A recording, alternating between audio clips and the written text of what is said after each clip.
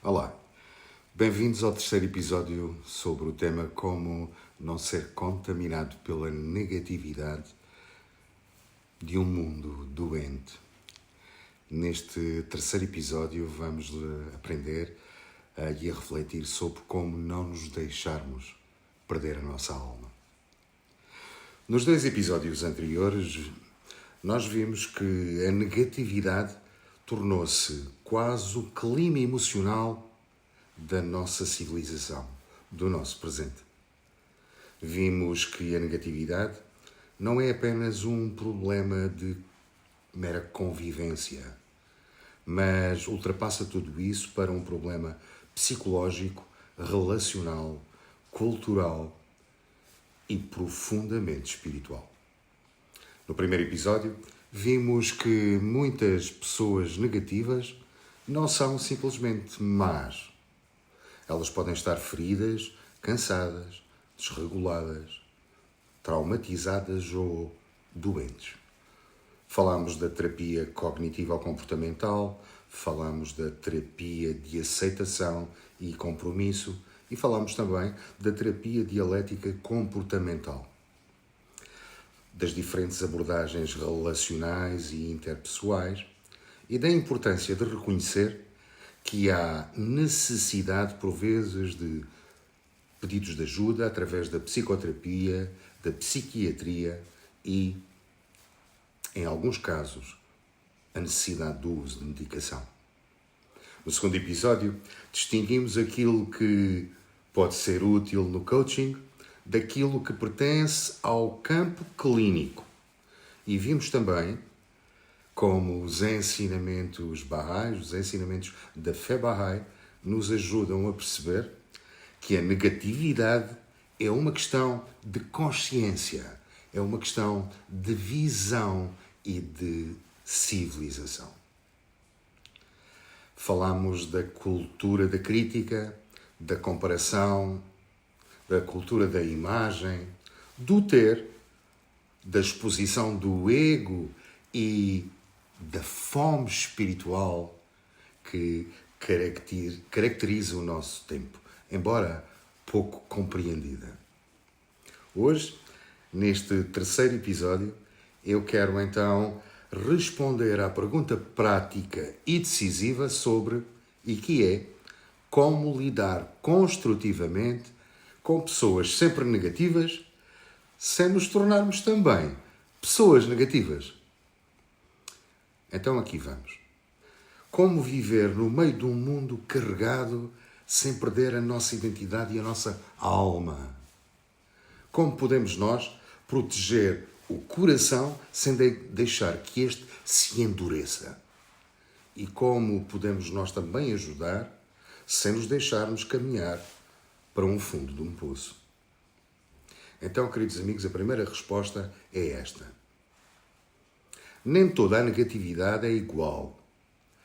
Há a negatividade da pessoa que está cansada.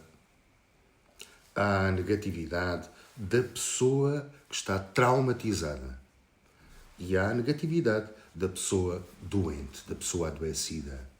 E há a negatividade da pessoa imatura. Assim como da pessoa que construiu a sua própria identidade em torno da queixa, do ressentimento, da raiva, do medo. E abordar tudo isto da mesma forma para procurar tratá-lo é um erro crasso. Uns precisam de escuta, outros vão precisar de ajuda clínica, outros vão precisar de um confronto amoroso e outros ainda precisam de estabelecer limites claros, de aprender a estabelecer limites claros. E há casos em que a distância é o caminho mais saudável. Notem, isto que vou dizer é muito importante, porque há pessoas que querem aplicar a mesma resposta a tudo. Não é assim. Ou querem tentar salvar toda a gente. Também não é assim. Ou se afastam de toda a gente. Ou, pelo contrário, querem acolher tudo. Querem contar tudo. Mas é preciso entender que a maturidade não está nem no excesso, nem na fusão, nem no excesso da dureza, nem no encobrimento. Está sim no discernimento. A segunda resposta é esta: escutar sem aderir. E isto também é de crucial importância. Porque há pessoas que, ao ouvirem negatividade, entram exatamente num modo reativo no mesmo tom. Reagem. Aumentam e confirmam. Discutem. E sem perceberem, elas próprias se tornam parte dessa espiral ascendente de conflito. Escutar sem aderir, queridos amigos, é uma arte. E ouvir, assim como ouvir sem engolir. Escolher sem se fundir. E não devolver imediatamente a mesma energia. Tentar levar a conversa do está tudo mal para algo diferente. Como, o que é que pode ser feito agora? E sair do lamento estéril e procurar reenquadrar e regressar à responsabilidade consciente, real e possível. Há uma diferença muito grande entre escutar alguém e entrar no teatro mental dessa mesma pessoa. Assim como há uma diferença entre acolher a dor do outro e legitimar todos os seus padrões destrutivos. Assim como há uma diferença entre sermos presença ou tornarmos combustível para o crescimento dessa espiral.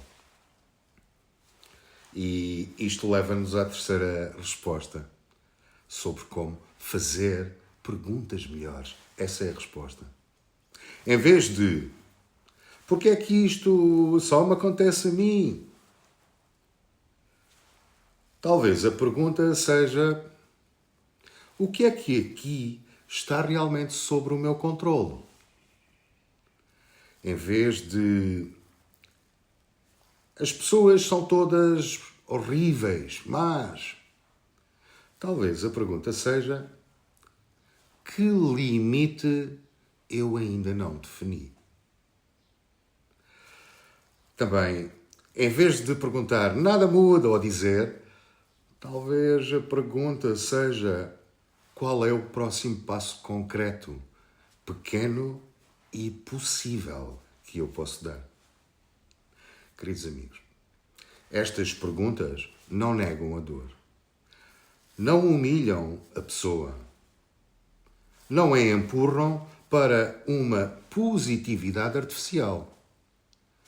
Ao contrário, elas são capazes de ajudar a sair do lugar onde a dor se tornou um governo absoluto da consciência do indivíduo, que vai depois provocar a atitude subsequente.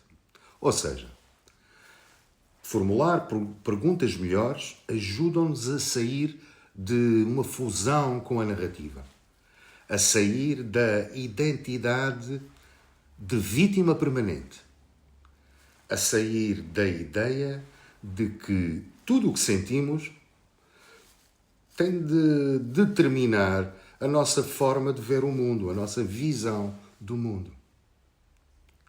E aqui convergem coisas muito bonitas da psicoterapia e também de certas abordagens muito saudáveis do coaching, que são a passagem da reatividade para a responsabilidade.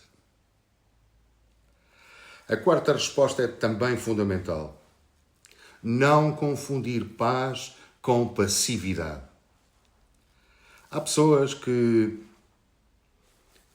para parecerem bondosas, toleram tudo, absorvem tudo, calam tudo e deixam-se invadir por tudo. Mas isso não é paz. Isso é a ausência de fronteiras e de limites. E sem fronteira, sem o estabelecimento de fronteiras no nosso interior, a alma adoece. Há momentos em que a resposta mais madura é dizer com serenidade: eu compreendo que estejas mal, mas não posso continuar nesta conversa neste tom. Ou, se quiseres pensar numa solução, eu estou aqui. Mas se for apenas para alimentar ressentimento, eu hoje não vou entrar nesse lugar contigo. Vejam, isto é estabelecer limites. Isto não é dureza. Isto é proteção do vínculo e proteção da consciência do indivíduo. Queridos amigos, porque estabelecer limites também é amor. Limite também é verdade. Limite também é responsabilidade. E há relações que só se podem tornar mais saudáveis quando o outro deixa de alimentar essa dinâmica doentia e tóxica que vem do outro lado. A quinta resposta é aprender a reconhecer que os estados interiores do outro são contagiosos. O ambiente humano em que vivemos afeta-nos. As conversas que repetimos afetam-nos. E os conteúdos que consumimos afetam-nos sobremaneira. As pessoas com quem convivemos têm um efeito sobre nós e afetam-nos. O ruído constante também nos perturba e afeta. A crítica constante põe-nos para baixo e afeta-nos também. E a ironia constante faz a mesma coisa. O sarcasmo constante faz a mesma coisa. E a exposição contínua a padrões negativos corrói, vai destruindo, pouco a pouco, a nossa saúde interior. Por isso, precisamos de aprender a escolher melhor as companhias, os conteúdos, os ritmos e os espaços.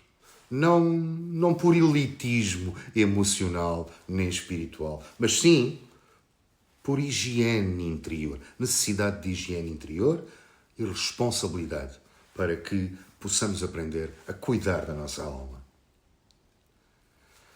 Queridos amigos, nem tudo o que entra pelos nossos olhos, pelos nossos ouvidos e pelas nossas conversas passa sem deixar marcas. Toda a gente quer paz interior, mas não se dá conta que alimenta diariamente a própria inquietação com os ambientes que frequenta, as páginas que segue, os temas que repete e os tons que normaliza. Isto precisa de ser visto com muita honestidade e muita verdade. A sexta resposta é indispensável.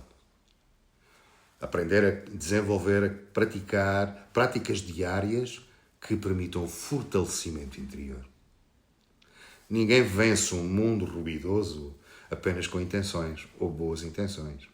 Ninguém resiste à cultura da comparação e da negatividade sem treino interior. Voltamos agora outra vez às perspectivas da fé Bahá'í. A oração não é um adereço, é um alimento espiritual. E a meditação não é uma fuga. É sim o contínuo aperfeiçoamento da nossa consciência. Então o estudo da palavra divina não é um mero formalismo e orientação do coração. É orientação do coração, mas isto precisa de traduzir-se em ação, caráter, serviço, exemplo, transformação do modo de viver. não apenas meras palavras e pensamentos. Porque, queridos amigos, a espiritualidade, quando ela é verdadeira, ela não nos afasta da realidade. Ela dá-nos, sim, força para a enfrentar, sem perdermos a alma, quando entendemos o significado da espiritualidade e os caminhos para a praticar. Queridos amigos, este ponto é essencial. Porque muitas pessoas querem estabilidade interior sem desenvolverem disciplina interior. Querem manter-se elevadas sem alimento espiritual e querem resistir ao ruído do mundo sem aprenderem a criar silêncio dentro de si próprios. E querem maturidade sem treino. Querem profundidade sem prática. Queridos amigos, isso não existe. A sétima resposta é sobre como abandonar uma ilusão muito perigosa. E essa é a ideia de que vencer a negatividade significa ficar incapaz de ver o mal do mundo. Não. Maturidade não corresponde, nem significa ingenuidade. Espiritualidade não significa anestesia. O nosso interior, verbo interior, não é cegueira. Nós precisamos de ver o sofrimento, a injustiça, a hipocrisia, o egoísmo, a crueldade, a superficialidade e a confusão do nosso tempo. É necessário ver. É necessário compreender para que possamos aprender a discernir. Mas não precisamos fazer disso a nossa identidade. Não precisamos de transformar a crítica numa casa permanente. E não precisamos de deixar a escuridão do exterior seja capaz de apagar a nossa responsabilidade interior. Não podemos deixar e permitir que a doença do tempo se torne a doença da nossa alma. Porque, no fundo, esta é uma das grandes batalhas do nosso século em direção ao amadurecimento. Permanecer humano num ambiente que continuamente, a cada dia, nos quer desumanizar. Permanecer ser num mundo obcecado pela imagem e pelo ter. Permanecer essência num mundo fascinado pela aparência. E permanecer um construtor num mundo viciado pelo comentário. Permanecer nobre num mundo que tenta lucrar e lucra com a degradação. E permanecer lúcido sem nos tornarmos rígidos. Sermos sensíveis sem nos deixar cair. E permanecer profundamente espiritual sem deixar fugir a realidade.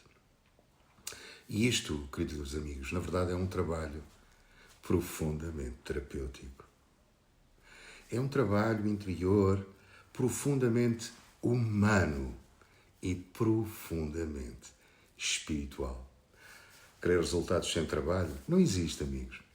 Por isso, quando encontrar uma pessoa sempre negativa, não a odeie, por favor, mas não a imite, nem a romantize, nem deixe que os conteúdos e a atitude o influenciem. Procure compreendê-la, mas sem ingenuidade. Procure ajudá-la, sim, mas sem se deixar perder. E procure orientar essa pessoa para a realidade, para a responsabilidade e para a possibilidade de ser outra pessoa. Mas, queridos amigos, é necessário vigiar, sobretudo, o nosso próprio coração. Porque a negatividade mais perigosa vem sempre e é a que vem de fora. Muitas vezes é a que, de tanto ouvirmos, que se torna repetitivo, ela começa a ganhar uma voz dentro de nós e nós somos arrastados por ela. E talvez seja algo para que tudo possa convergir. O mundo precisa urgentemente de pessoas emocionalmente maduras, psicologicamente conscientes, espiritualmente enraizadas e interiormente firmes. Pessoas que não negam o sofrimento, mas também não o transformam na sua identidade. O mundo precisa de pessoas que não vivam para apontar o dedo, mas para construir. Pessoas que não se alimentem ou não alimentem a cultura do ressentimento, do medo, do ódio, mas sim a cultura da transformação. Pessoas que, no meio de tudo, são capazes de escolher presença, são capazes de escolher ser consciência, capazes de escolher ser elevação e atores de serviço. Isto é o que o mundo precisa. E eu diria até que uma das formas mais profundas da terapia da educação e de uma fé viva, hoje seja esta. Ser capaz de não deixar que a civilização da crítica nos roube a vocação da alma, a vocação de sermos nobres e dignos e desenvolver qualidades e virtudes. Porque todos fomos chamados a mais do que contentar, a mais do que reagir. Todos fomos chamados a mais do que repetir este veneno tóxico do tempo, que é a negatividade. O ser humano foi chamado a crescer, a servir, a amadurecer, a purificar o seu olhar, a fortalecer o seu coração, a disciplinar a mente, a transformar o modo como falamos, pensamos, sentimos e vivemos. E acima de tudo, aprender através da ação a pôr em prática qualidades e virtudes que estão dentro de nós. E essa transformação começa quando somos capazes de deixar de perguntar apenas como lidar com pessoas negativas e passarmos a perguntar também que espaço estou eu a dar dentro de mim à negatividade. Onde é que eu me deixei contaminar? Onde é que eu ainda vivo na comparação? Onde é que eu ainda reajo ao invés de agir? Onde é que eu ainda escolho a crítica em vez da construção? Onde é que ainda eu estou a viver para parecer em vez de viver para ser? E estas perguntas precisam de ser feitas em todas as áreas da vida. Queridos amigos, quando essas perguntas entram verdadeiramente no coração, então começa um processo de mudança. E talvez seja disso que o nosso tempo mais precisa.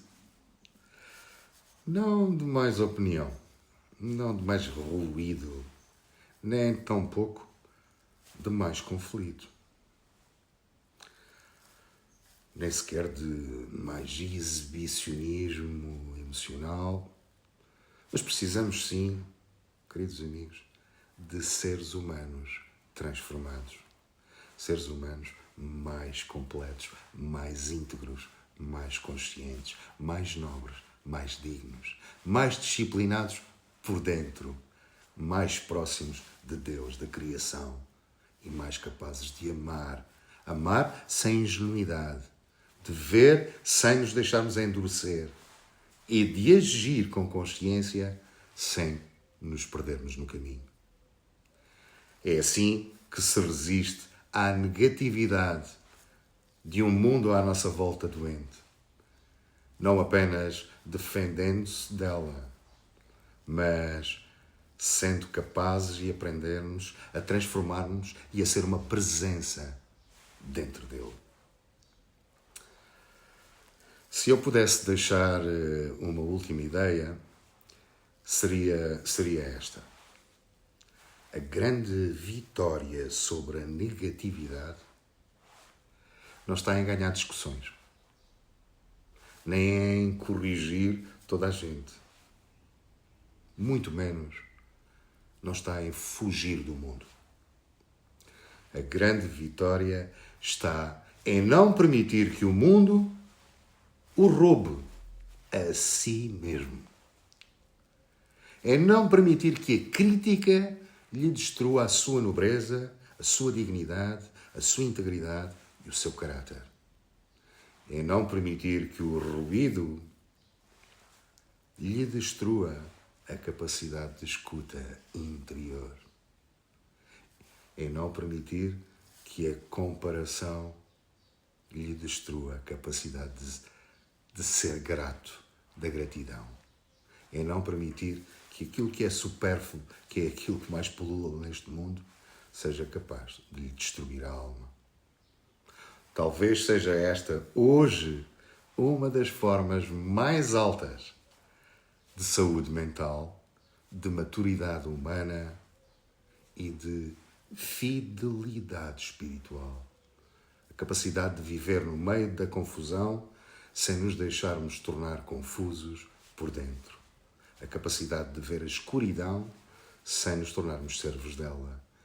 Atravessar o ruído sem perder a voz da consciência. E permanecer no meio de um mundo ferido, uma presença e tornarmos uma presença que não agrava a ferida, mas ajuda a curá-la. Queridos amigos, chegamos ao fim desta série sobre como procurar agir, não reagir perante a negatividade à nossa volta.